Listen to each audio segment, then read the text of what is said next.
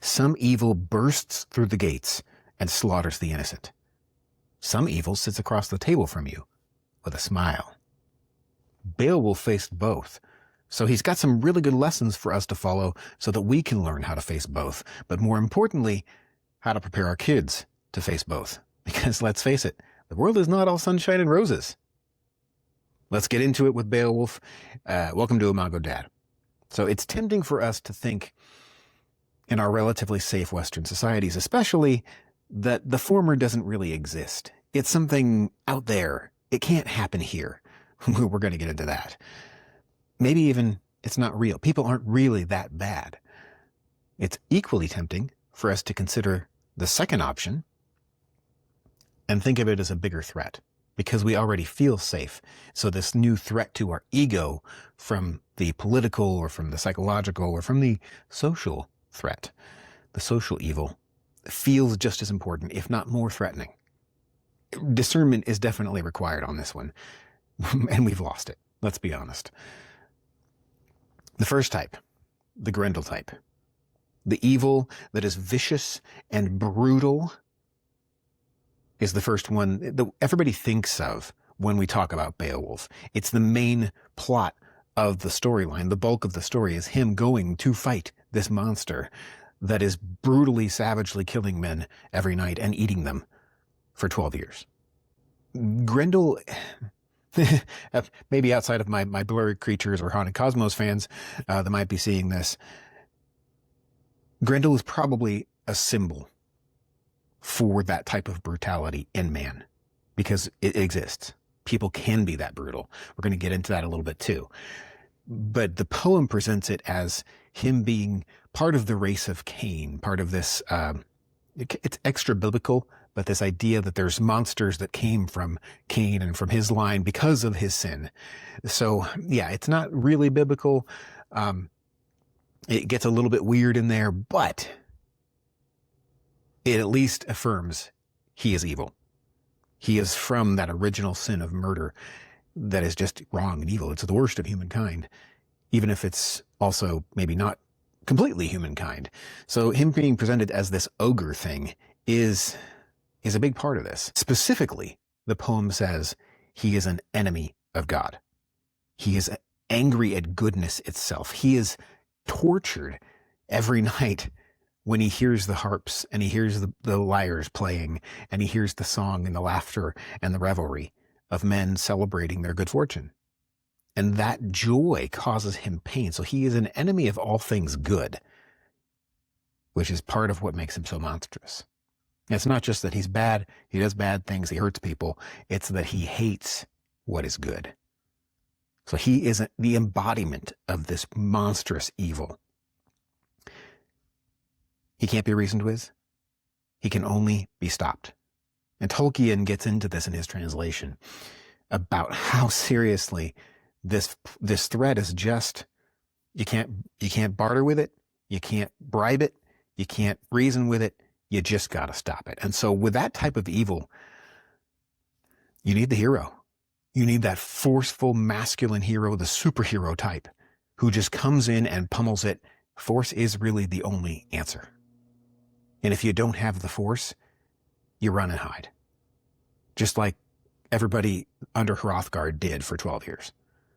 People tried to fight him, and when they really couldn't make a dent, they eventually just went to bed every night when the sun set so that they wouldn't have to face this monster. Biblical examples of this are in there. Actually, I mean, biblical, they're historical examples. The Canaanites. Everybody wants to talk about how awful it is these days that God asked the Israelites to wipe out this other people. And they say, oh, it's this horrible genocide thing. But they don't often look at who those people were. God wasn't just saying, oh, I don't like them.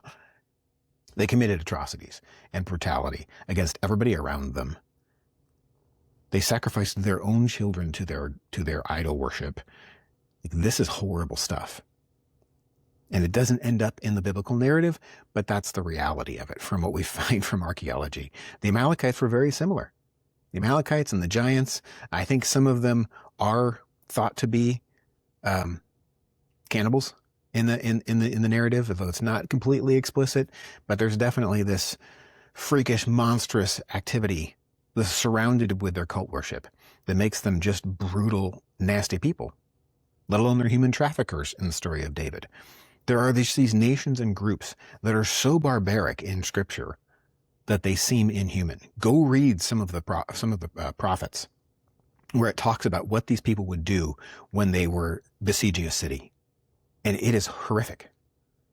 And we think, how could God use this? Well, God is using evil to judge evil, in one sense.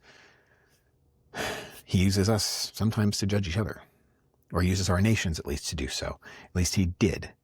Now, with Christ, things have changed a little bit, but there is still the requirement that evil be faced. And many times he relies on good, godly men to be the ones to go forward and stop it. You look at the prophet Elijah going and picking up the sword himself, or Samuel picking up the sword himself when he had to, but only when he had to. A very, very rare thing. So, monstrous evil, absolutely. Modern application, terrorism, mass shootings, human trafficking, all these things exist. And we say to ourselves, oh, it can't happen here. But just last week, I live in Idaho, and there was a terror attack, classified such because somebody tried to burn down a building after ramming it with a stolen vehicle. We've had mass shootings. We've had mass stabbings here in quiet little Idaho. Now, thankfully, this is a state where lots and lots of people use their Second Amendment rights and concealed carry on a frequent basis. So I feel safer here than I do in some other places. And I have the right then, and my right is protected to take care of myself and my family, to defend ourselves. But as men, man, we need to be ready. Facing this sort of inhuman barbarity requires masculine courage to actually defend the innocent. We can't just sit on our haunches. We can't sit there and say, oh, somebody else will take care of that, because sometimes we're the guy. Sometimes that's the lesson from Beowulf. Sometimes you got to use your strength. We can't get around that, unfortunately. It's uncomfortable, but it's real. And we feel like in America, our previous generations didn't have to deal with things like this. That's not the world we're in anymore. We're in a different place. So the answer usually is soldiers and law enforcement. You know, these guys and gals, but really mostly guys, who run towards trouble. And sometimes it's civilians doing that too, but most of the time it's guys who just, that's their character and their nature. They do it. Sometimes it's citizens. They take the safety and defense seriously when the authorities aren't around. But I think we should always be ready to take action when we see evil, even if it's just to protect other people, to get them out of harm's way. I recently heard an interview with a guy named Brian Stern, and he runs an organization called Gray Bull Rescue. I really highly recommend you look him up and listen to the stories he tells of these types of guys, because they go into the most dangerous situations in the world to yank people out. They were in Afghanistan. They've helped people. They've recently helped to extract the Venezuelan lady, last name Machado, who was the opposition leader against Maduro. So they helped get her out, kind of on the secret, but it's all volunteer-based and it's all donation-based. These are the types of guys that we see as a modern-day Beowulf. Guys who we can look up to and go, yeah, we should all be ready for that when it's in our face. Which means we kind of need to prepare, but we'll go on that later. I do think we might need more Beowulfs, more guys like that, more guys ready to act. Because, let's face it, weak men have brought hard times. I don't like that. I wish it wasn't so. But let's be realistic about the situation we find ourselves in and be men. Second type of evil that Beowulf faces is this quiet, political, soft, manners-based type. where it almost looks like it's okay. It comes in the character of Unferth. If you've never seen the story, if you've only seen the movie, he is in there, but he is the jealous rival who's cunning and pessimistic. And what he does that's evil is not just that he challenges Beowulf and expects him to rise to the occasion. He actually is attempting to cast doubt on a good solution to a major problem. He tells this kind of lawyer truth or legacy media truth, where it's technically accurate, but he leaves out a bunch of important details that completely shift what the story means and what the truth is of the story. So he tells about Beowulf and he says, "Hey, Beowulf, yeah, I've heard of you. You lost a swimming race that you challenged somebody else to." And well, we've all kind of seen this play out in the media. Somebody gets this challenge from a reporter or from a political opponent, and it's not an honest asking for response. It's not an honest critique. It's a twisting. It's spin is what he does. This is not a new phenomenon, apparently. It's over 1,000 years old. It's political. What he's doing is not just, the poem specifically calls him out and says that he can't stand to have somebody else gain glory over him.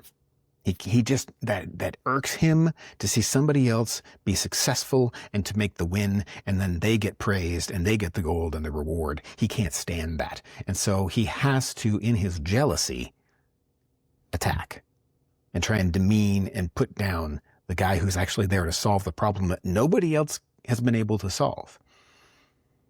That's why I say it's this lawyer type truth.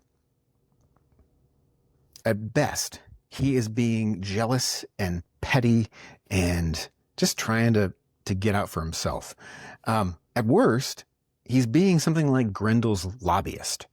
He's actually enabling this brutality and evil from a monster because he's casting doubt and degrading the hero's good intentions and actual capability at solving this problem. He's the guy who says, "Oh yeah, well, that sounds like it's a really good solution, but here's why it won't work." Just because it wasn't his idea, not because it won't actually work. He's that type of guy. So he uses this careful language, so he has plausible deniability, and he can always look like he's helping the king, when in reality, he's this worm tongue-like character. He's manipulative. He uses people's perceptions against each other. He gains followers in order to kind of win over the crowd, but it's not always for good. He's got to be exposed. He's got to be opposed. He's probably should be removed from power. But if you do it physically, you end up as the bad guy. That's what Beowulf knows. That's what Beowulf is smart enough to see. Beowulf grew up in a king's court, so he knows that physical violence for something as simple as words is not going to go his way. He knows it would backfire. So he's shrewd. He's actually very politically savvy, even though he's this super strong guy. He reveals the truth calmly, clearly, and he exposes that half-truth that Unferth tells about him. He doesn't get defensive about it. He just says, "Yes, I lost the race. Here's why. I was battling multiple sea monsters. I killed them all. Their bodies were left on the shore the next day. Who do you think had a harder time in that swimming race, me or the other guy?" And then he actually goes after and he flips the script and he tells the truth about Unferth that he wants unsaid. He tells Unferth, "Hey, by the way, I've heard about you too. You're drunk." True at the time, and you slaughtered your own family in order to gain power and influence. You're not exactly the kind of guy most people want to listen to. And he just completely demeans him with the actual truth. We don't see that in politics often. We usually see it as being polite and nice and all this kind of stuff. But sometimes when somebody is outright lying and enabling that evil, we got to be bold in our words to really tell the truth. Now, we can be winsome in that in different ways. But that's a skill we need to learn. I think we're going to need more Beowulfs on the political side too, being strong. And guys like Nick Freitas who can argue off the cuff because they've done their homework. Important thing. But there is a trick to dealing with this with Unferth, is that Beowulf then has to prove himself. If Unferth is going to be proven wrong, Beowulf's got to follow through. And that's where we often see the politicians fail big time. It's certainly where we see the media fail. They keep lying and lying and lying. But to prove yourself through action, he's got to go kill the monster. So how do we deal with the monstrous evil? Physical. How do we deal with this more subtle political, social evil? Well, we expose it with the truth. We defend the truth. We point out where that person may not be the best person to listen to, but we still got to follow through on the actions. When we've promised to do something, we got to do it. We actually see this kind of response with the Apostle Paul. He gets really harsh sometimes. He actually talks about these guys who were going into brand new communities as Christians and saying, if you want to be a Christian, you have to become Jewish. You have to follow all the Jewish laws. And he's actually telling these people to get circumcised. Paul's words about that are really harsh. He says, I wish they would go as far as making themselves eunuchs, if it matters that much to them. That's pretty graphic. At the same time, Paul is also, as much as he is a strong opponent of false teaching, as much as he is a strong critic of bad teaching and bad theology, he is equally as firm and equally as vigorous when he is promoting forgiveness for sin and reincorporating somebody into the community when they've repented. So we got to know the difference. We got to see this and have discernment over it. We got to know which one are we dealing with, because in this social media world, it's easy to feel like the social, political, subtle stuff is the threat. And usually it's not. If you actually met with somebody in person, you wouldn't be having that problem. However, this is one where all of us can be a little bit more active. See, we can be the citizens who speak up much easier than we can be the people who get into the fight. Now, if the fight's in our face, maybe we got to get in, but usually it's just going to be words. It's going to be actions. It's going to be money. It's going to be, promotion, intervention, applying pressures on leaders who maybe are cowardly. We can all do that.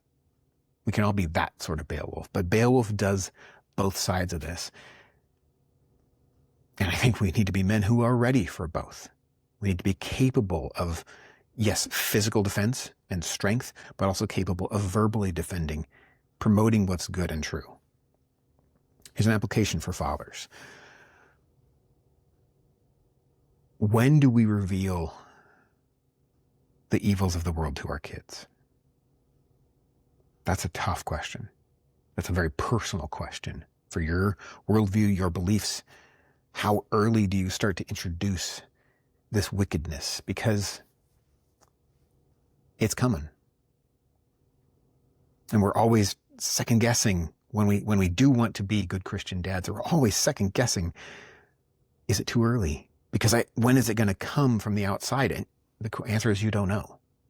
You don't know when some person on TV is going to blurt out some truth about our current culture that you haven't prepared your kids to hear yet. And then the questions are going to come. You don't know when some neighbor kid is going to have run across something on the internet and they're going to start asking questions in your little neighborhood group. You don't know when some kid at school is going to say or do something that then is going to lead to some pretty intense conversations that you weren't ready to give. So you got to be flexible and you got to be wise. That's the hardest part. So man, I end up on my knees a lot praying about, is it time? I talk with my wife and we try to figure out, is it time to have these conversations? Tough one.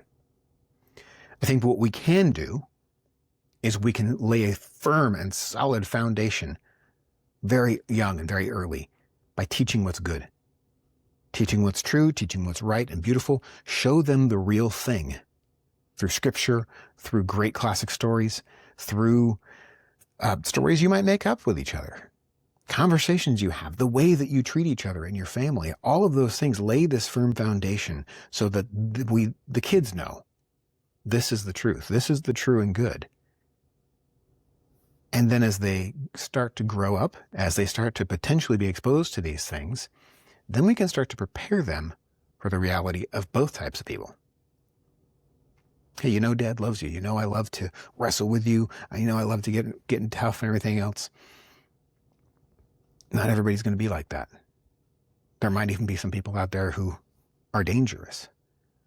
And little boys especially get this. There's bad guys. Yeah, let's get them. But little girls, that's harder. And for them to get the thought of, oh, there might be people out there that want to hurt me, and to teach that thought without terrifying them, that's tough. I've heard this quote both ways from both either C.S. Lewis or A.W. Tozer about, I believe it was Tozer, about we don't tell fairy tales to little kids to tell them that there's dragons in the world. They already know there's dragons. We tell them fairy tales so that they know dragons can be beaten. That's a very different reason. So yeah, we need those things. We need that firm foundation. And then, yeah, we can bring in, especially as they get to teenage years, you can start to tell them the bad arguments that are out there that go against your own beliefs, your own worldview, so that they can be equipped. Oh, other people have different thoughts. Here's how we can engage. Here's how we can debate that. Here's how we can hopefully come to a verbal solution, social solution, or a political solution before it turns to fists or worse.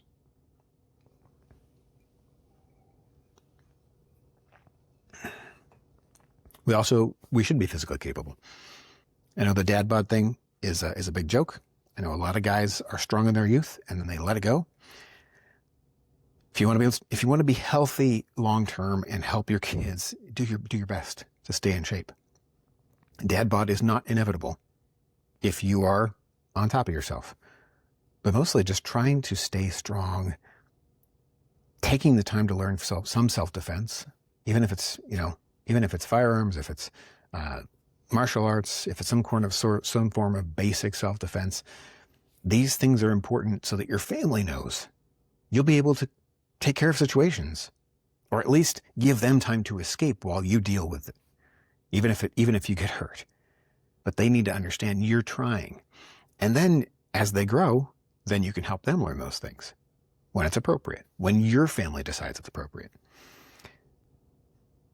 I actually have this section in one of my books called Siren Silence. And it kind of deals with this two sides of this. The reaction is to this inhuman evil, sirens. They lure men to their deaths.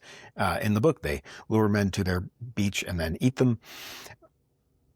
One of the characters sees an advantage and he goes all in. He is going to destroy these things. And the other character is a little softer. He's grown up in a different time, a different place, younger generation. And he is like, we should defeat them, yes. They're bad. However, if they're helpless, should we destroy them all? That combination creates tension and depth that gives us the conversation, because that's what we see in public. We see people having this conversation. What should we do with inhuman evil? The sad part is we've got some people in our culture who say it should be excused because of past circumstances, or excused because of former wrongs. Lots of reasons. Inhuman evil needs to be dealt with, hopefully by the authorities. But when the authorities aren't around, or the authorities, like in England, have decided to ignore it, it may come to you to protect your family. We need some Beowulfs, man. I don't have all the answers here. Beowulf is just this example that I think we can pull from. There's other biblical examples I think we could pull from, but I think we're entering a much more dangerous time and place. I'd love to hear your thoughts. When do you think it's appropriate to deal with these issues with kids? I think fairy tales try to sneak those in, but when do we know? When are we ready? The simplest lesson we have is to be ready to face evil, period. Be ready. Whether it's physical or life-threatening, it's just words. We got to pick our battles. But to leave evil unanswered on every single front is a more dangerous problem. And it leaves the world more dangerous for the people we love most. So don't be silent. And if it means it, don't be passive. I'd love to hear your thoughts below. By the way, I am Brandon Wilborn. This is Imago Dad. And I'm a dad. I'm a youth pastor. I'm an author. And I'm trying to explore these ideas of fatherhood and faith through classic stories like Beowulf. This is one of the last ones for Beowulf. You can catch the other ones we've already looked at, what lessons we can learn from him previously on my channel. If you want to follow along and learn about faith and fatherhood and family and manhood from classic stories and the scriptures, please like and subscribe. And I will catch you later. God bless.